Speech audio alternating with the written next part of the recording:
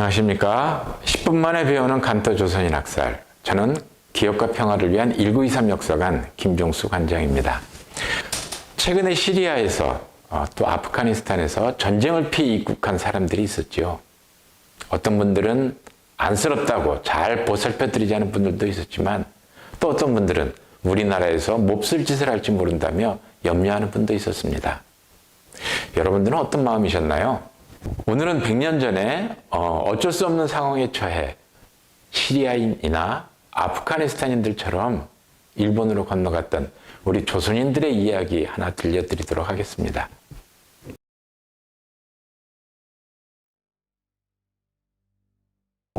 부하경은 조선을 떠나올 당시 나이가 28살이었습니다.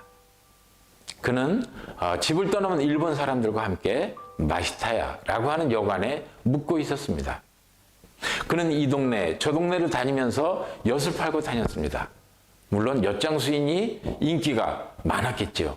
마을 사람들도 그를 모르는 사람이 없었습니다. 하지만 일본 경찰들은 그를 그렇게 보지 않았어요. 엿장수들이 이 마을 저 마을 다니면서 조선 독립운동가들과 정보를 주고받는 그런 스파이로 보고 있었습니다. 그래서 의심을 하고 감시를 하기도 했습니다. 그러던 어느 날 1923년 9월 1일 일본 간토 지역에 대지진이 일어났습니다. 도쿄와 치바, 가나가와는 쑥대밭이 되었습니다. 지진으로 인해서 땅이 갈라지고 전신주가 무너져서 불똥이 일고 밭 짓는 화로가 뒤집어져서 불씨들이 사방팔방으로 날리면서 도쿄는 그야말로 불바다가 되었습니다. 지진이 잠잠해지면서 불바다 속에 살아남았던 사이타마 주민들이 심하게 그을린 모습으로 기차를 타고 집으로 들어오면서 이상한 소문을 전했어요. 조선인에 대한 유언비어였습니다. 잘 아시지요? 조선인이 우물에다 독을 풀었다. 강도짓을 하고 돌아다닌다. 공장을 폭파한다고 하는 그런 뜬소문이었습니다. 마을 사람들은 재난을 당하면 흉흉한 소문이 돌지만 대부분 근거도 없고 바람처럼 사라지는 경험들이 많았기 때문에 이런 소문들을 대수롭지 않게 여겼습니다. 하지만 사이타마 현청, 그러니까 우리식으로 말하면 군청의 중앙정부로부터 공문이 날아들었습니다. 그 내용은 조선인을 조심하고 마을마다 조선인들이 나쁜 짓을 못하게 자경단을 구성해서 마을을 지키라고 하는 것이었습니다. 일본 사람들은 어라? 사실인가 보네? 하고 긴가민가 하는 사람들이 늘어났어요. 누구도 자기 눈으로 본 일이 없기 때문이죠. 그러더니 얼마의 시간이 지나고 간토 지역 곳곳에 계엄령이 내려졌다라고 하는 소식이 마을 사람들에게 전달되었습니다.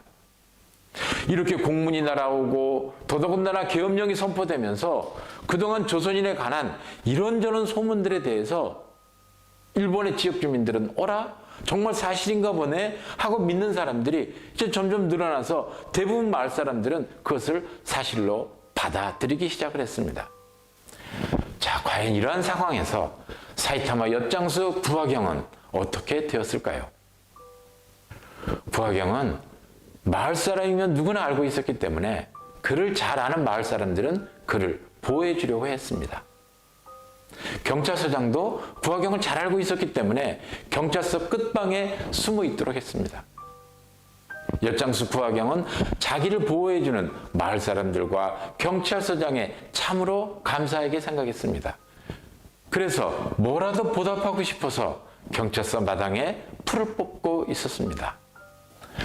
그런데 이 모습을 조선인을 찾아다니는 어떤 사람이 보게 된 것입니다.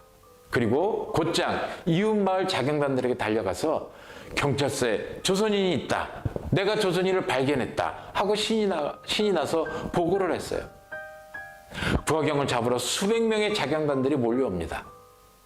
부하경을 잘 아는 경찰서장은 어떻게든 막아보려고 설득했지만 누군가 조선인을 보호해 줬으니 당신 경찰서장도 빨갱이다 하고 외쳤어요. 그러자 서장은 도망치고 자경단원들은 경찰서로 몰려들어가 수용소에 안에 있던 부하경을 끌고 나왔습니다. 끌고 나오면서 죽창으로 사정없이 찌르고 몽둥이로 내리쳤습니다. 결국 부하경은 너무 많은 피를 흘리면서 죽어갔습니다. 부하경은 숨을 몰아쉬면서 손끝에 피를 모아 벌, 일본 죄무라고 하는 5글자를 남기고 숨을 거두었습니다. 이 5글자는 어떤 의미를 담고 있었을까요? 죄 없는 나를 일본이 벌하다 라고 해석하기도 하지만 죄 없는 나를 죽인 일본을 벌하라 라고 하는 뜻으로 해석이 되기도 합니다. 부하경의 죽음을 슬퍼한 요리 마을 사람들, 특히 부하경과 절친이었던 미야자와 키쿠지르라고 하는 안마사가 마을 사람들의 마음을 모아서 그를 잘 묻어줬습니다. 그리고 묘비를 세웠습니다.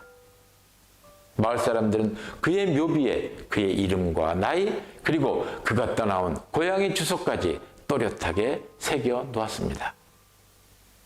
그렇게 많은 조선인들이 학살당했지만 이름이 적힌 묘비는 사이타마에 2개밖에 없습니다.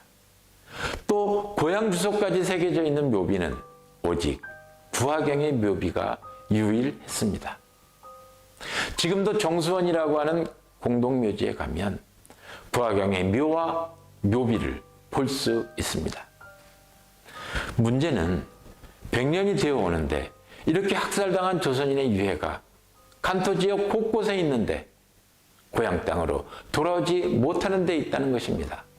여러분, 그분들의 유해를 보국으로 모셔와야 하지 않을까요? 그리고 그보다 먼저 한국 정부가 이 학살을 자행한 일본 정부에 왜 학살을 했는지, 어떻게 학살했는지, 도대체 얼마나 학살을 했는지 그 이유를 묻고 책임을 물어야 하지 않을까요? 이것이 주권을 가진 국가로서 당연히 해야 할 가장 우선된 일이 아닐까요? 과거의 잘못을 반성하고 용서를 구하는 용기 있는 일본 정치 지도자가 나오길 바랍니다. 그리고 일본의 국가 책임을 당당히 묻는 용기 있는 한국의 정부가 되기를 바라봅니다.